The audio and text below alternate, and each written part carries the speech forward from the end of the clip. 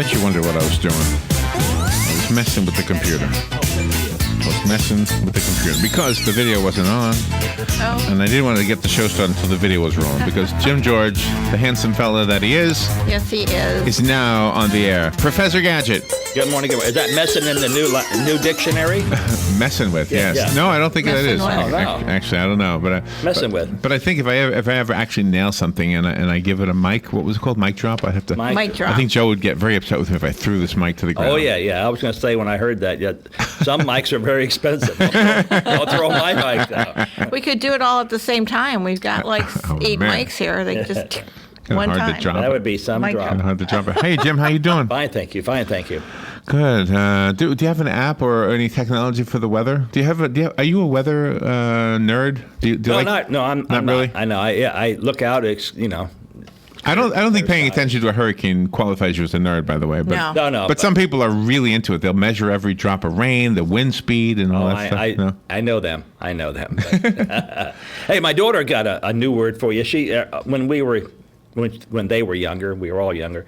When they would eat too much, they would say that they were stuffocated. Oh, I love that. Suffocated. That's good. That's a good one. That I'm so suffocated, I can't. Better even to be suffocated than hangry. That's right. Yeah. Hangry. I think hangry is the one word that we're all picking up on. Yeah. Do you get think hangry? so. Does that happen to you? I do not. You don't? No. I forget to eat. As big as I am, I forget to eat. My problem is I work all day, drink literally no water and eat nothing, and then I go home about 8 o'clock, and then I eat and go to bed. Oh, really? That's my problem. You gotta have water, though. I know. I keep. Everybody keeps telling me that, but I keep forgetting. I'm working. You don't look like you're dehydrated. I know. You look fine. You must be. You must be I'm healthily. retaining water nicely. You would never know it from the yellow spots on my lawn, but I guess you're right. I'm glad you said lawn. What? It's too funny. With Hopefully, your watering, overwatering. hopefully you have a fence, or are you doing it at night or something? We have a bunch of dogs. We got yellow spots. Oh, dogs. Okay. Yes. Okay. Thought it was you. All right. All right. Good morning. You're on the air with Jim George. Good morning, Jim. Hey, with the storm we're having that's is out there? Yes.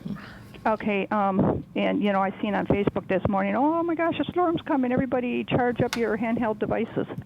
And just recently I was with my daughter, and she had her case of her phone was plugged in, and the phone wasn't in it, and I asked her what it was, and she says it's an extra battery for her phone.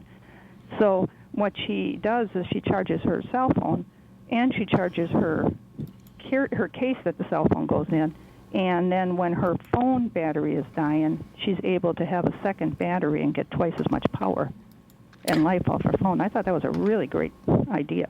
Yeah, you And can. they're called. You can buy them in power sticks and sticks that that would plug into the phone and extend the battery life, or you can buy a case that extends the battery life, and that's a great thing to have with the storms. And if you lose power and you can't charge your phone, at least you're going to get another day of power off your phone. So I thought I'd just share that. Yes, thank you. Yeah, there are other devices that you can buy. I brought a couple of them into Larry here and showed him that are different sizes, and by that I mean different wattages, or they hold different amperes. But you can charge them, and then they can charge your battery in your cell phone at least 4 or 5 times before they run down. So if you charge one of those batteries, and they're real small, you can carry them. They're probably the size of your cell phone. And then you can carry them. My daughters use them all the time because they text so much. And they don't talk much on the phone, but they text a great deal and they play video games. That they're constantly just plugging in that external battery, which charges the internal battery real quick. And then they unplug it, and they'll do that 3 or 4 times before that external battery needs to be charged. So it'll last days, literally days. I seem to recall you brought one of those in Yeah. the battery, the cell phone cases, like she's talking about. Yep, and you can plug it into your computer and it will charge your cell phone. You can plug it into, in other words, it has adapters. You can plug it into the wall at a charge.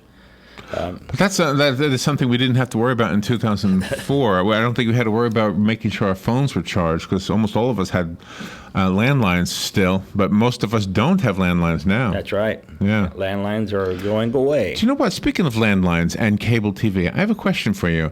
How does a person get a pay-per-view channel if they don't have a landline? I thought that was part of the deal. You had to be hooked up somehow with a landline. Well, if you are on cable TV, for instance, then that's a two-way communications on the cable. So when you hover over the movie you want or you hit enter or whatever it is you do, that talks back to the cable system. Oh, okay. And so that's how they know. If you're on Dish or Direct, they still require in most cases a landline to verify that you ordered the movie. They have your credit card on file. They know that you've downloaded the movie because they can see it being spooled to a MAC address so-and-so, which is you. And then they will send you a bill. The authorization came through the phone line, and it was stored in your set-top box until like midnight or 2 in the morning, and then it would send that authorization. It would let the DirecTV or Dish know that yes, you watched it because it's tied to the unit. Here's how it came about, because I think I may have shared with you that Doug's dish antenna was knocked into by his lawn guy. And so he didn't have any TV. So I called up on his behalf and spoke to the technician at DirecTV. And long story short, a guy came out and fixed it. And then the guy called me to see if I could go over there and help Doug run through the tests. Well, it failed one test. And the guy said, well, give me the code. And I told him the code. And he said, oh, it's not communicating with the landline. I said, oh, well, there is no landline. Mm-hmm. So... And he explained that Doug would need that for the the pay-per-view. So that explains it. So he doesn't really need that. So it failed the test, but in his case, it didn't matter. No, it did not matter. No, he doesn't need that. Did not matter. No. Technology has come a long way. We've, even right now, DirecTV, now that AT&T has purchased them, will probably start offering high-speed internet through the satellite. It's available, but it's very costly. Oh, really? So now they'll start bringing that cost down. I'm going to ask you a question, and it might throw you a curve, and I just don't know what it is. What is the M thing that Facebook is doing? I guess, you know? Well, since I don't do Facebook, it's a messenger or something. Does anybody know what that is? No? Okay. No. There was a story about it, and I didn't know what it was. I don't do Facebook. It's a messaging app or something on Facebook. What is that? Oh, I don't recall seeing that. I think I don't have it here. Yeah, it's a personal assistant called M. Oh, yeah, no, I don't do any of that. Personal assistant. Don't know what that is. I can't afford a personal assistant. No, me neither. I type myself. I don't need to have one of those. So one of the cool things about technology is this: that the National Weather Service has a Twitter site or whatever you call it. And they have the opportunity, you can get updates from them regarding the storm, so I've hooked into that. And if my phone buzzes, I'll look at it and I'll tell you, hey, they canceled the storm. They extinguished it. Well, I'll tell you one thing they should do is get some empty gas cans and put some gas in something and store it at your house. For this, because when not every gas station has a backup generator yet. That's true. And you might be running around all over town. Most of them didn't in 2004. Yeah. I don't know what they're doing now, but seems like yesterday, doesn't it? 2004. It does. It does. One right after the other. Does your cable system automatically have the Weather Channel on it? It will have the Weather Channel on it for the specific area you're in. So in other words, if you're a subscriber from us in New York or Chicago, you'll have the local weather for New York or Chicago. Mm-hmm. But the benefit is you'll have the local weather for every state. So let's assume your son is in New York. Right. And or New Jersey where the hurricane came through. Yeah, all you have to do is just look up the local weather will be right there. Oh, how wonderful. Yeah. You just put in the zip code and there you go. Wow. We're up against the break already. Wow. All right. That was just fast. All right, we'll be right back with Jim George in a few minutes. The phone lines are open if you have a question or you just want to join in on the conversation. The number is 622-9622. We'll be right back. The weather is brought to you by myfwc.com. Safe boating is no accident. For today, sunshine mixing with clouds. A couple of thunderstorms around this afternoon and evening. The high today, 87 to 91. Clearing later tonight, low 71 to 75. Sunshine mixing with clouds tomorrow with a couple of thunderstorms in the afternoon, high 86 to 90. For Sunday, clouds and sun with a couple of thunderstorms, high 87 to 91. We're watching for potential tropical systems Sunday night through Monday. From the Florida Weather Center, I'm meteorologist Joe Lundberg.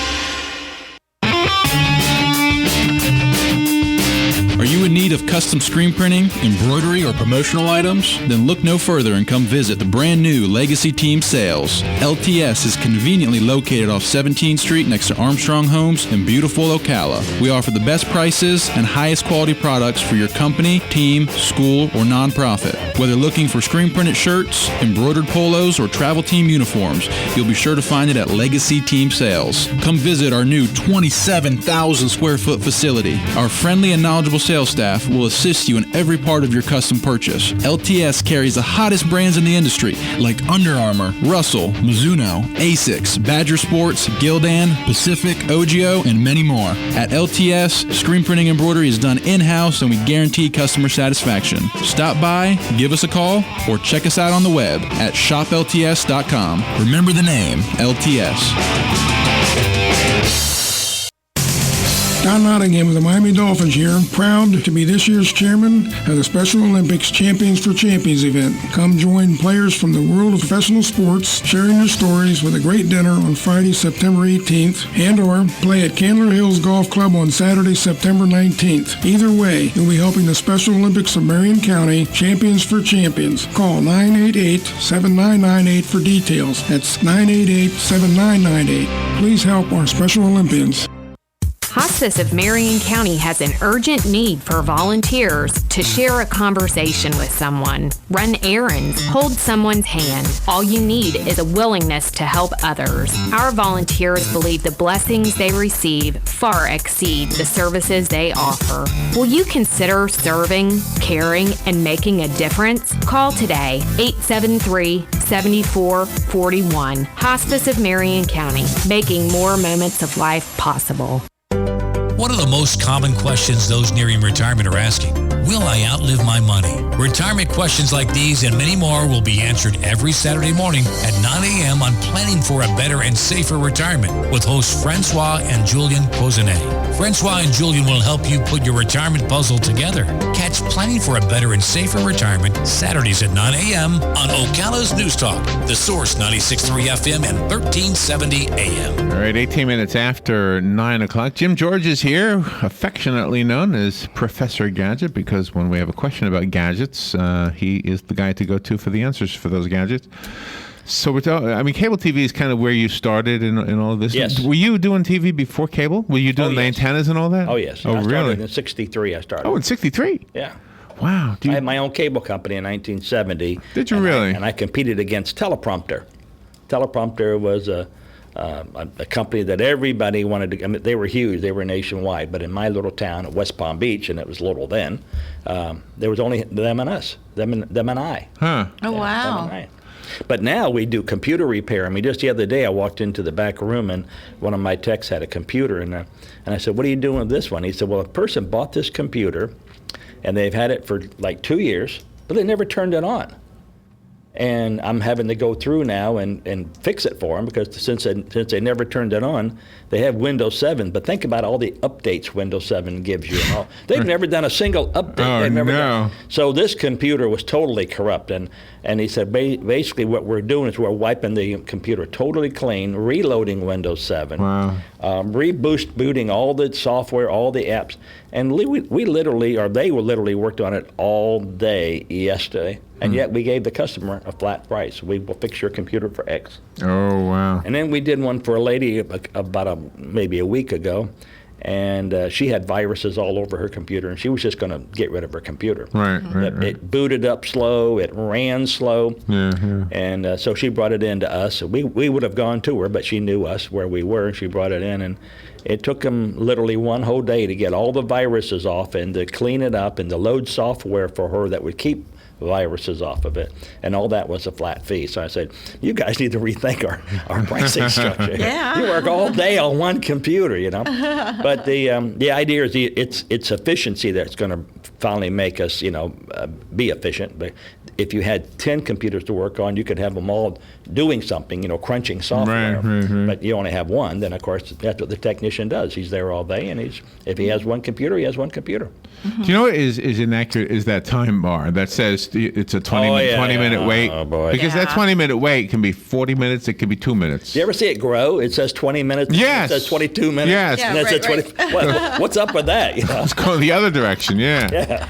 It's supposed to get shorter, not longer. Yeah, that'll be the funny thing of the future when they say, remember when time bars Yeah. would go the other way? That'll be... No, yeah. Now there's technology, and in doctors' offices and everybody that has keys. I mean, I went to the doctor. I went to the hospital to have a sonogram done. Let me think when it was Wednesday morning. Okay, and I walk in and they say, "Who are you?" And she has a paper with my name printed on it. She said, "Our computers are down." And I said, "Well, you want me to help you and maybe get it boot back up?" And she said, "No, we're down all over the state of Florida." In other words, that. It was Whole Monroe system. Regional. Okay. Their computers were down, so not just the ones here, but the back office support that has all the software for the whole nation. And then I was there about 30 minutes, and then finally it booted back up and said, "Okay, now we can take you in," because they couldn't do anything without the computers. Isn't that something? You realize that they can't do blood tests. There's a lot of. They can draw the blood, but they can't do anything until the computers are up and running. Can't they be in sections? How come they have to have this whole network, and then when one is down, everybody's down? That's what they call the efficiency, efficiency of economics, where you only have one data center, and therefore you can keep it manned 24 hours a day. But AT&T and Level 3, actually Level 3's had a major problem in New York area, and I'm getting an email about every 30 minutes for the last 2 days saying, Level 3 finally found the problem. It's a cut fiber in New York. They patched it, and then it says we're monitoring it. It's running slow, voice grade quality now, not necessarily data speed. And so they're working through the problem. But it's one data center. Oh, Wow. okay. And like even Cox Cable has like 3 data centers. Louisiana is like their headquarters. Right. So even though they're in Pensacola and they're in Ocala and Gainesville, their headquarters are Monroe, Louisiana, let's say. So as people merge and get bigger and bigger, they just consolidate. So instead of having a head end for cable TV in every city, you have 2 head ends, 3 head ends. And our technology is there again, one head end right now to start, but we already have our eye on a head end for Texas and a head end for California.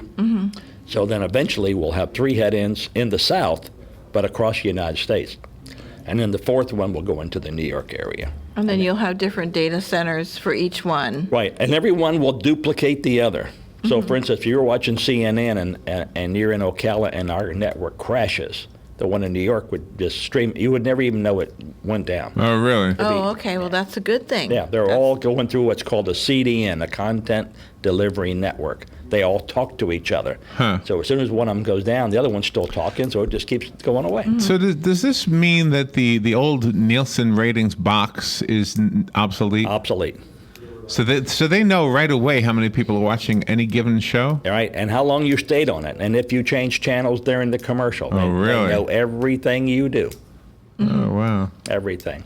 But it really depends on who wants to know it. And what I mean by that is we don't really care that much what channel you're on, but let's assume we take on a channel called Ride TV, and it's 24 hours a day horseback riding. Right, you have that. Right, so we take it on. They might want to know how many people in Ocala are watching Ride, at what Right. time of day are they watching Well, that it? would be an advertiser's question. Yeah. That's what we get all the time. How many people listen?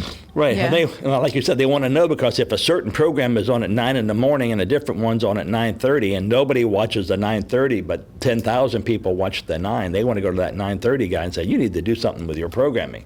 Right. Everybody's switching off. Yeah. But it could be everybody's gone to work at 9:30, so you don't... Or watching another show or whatever. Yeah, Just switching over. Wow. But all those diagnostics are in the computer. We don't have to tell them. They log into us.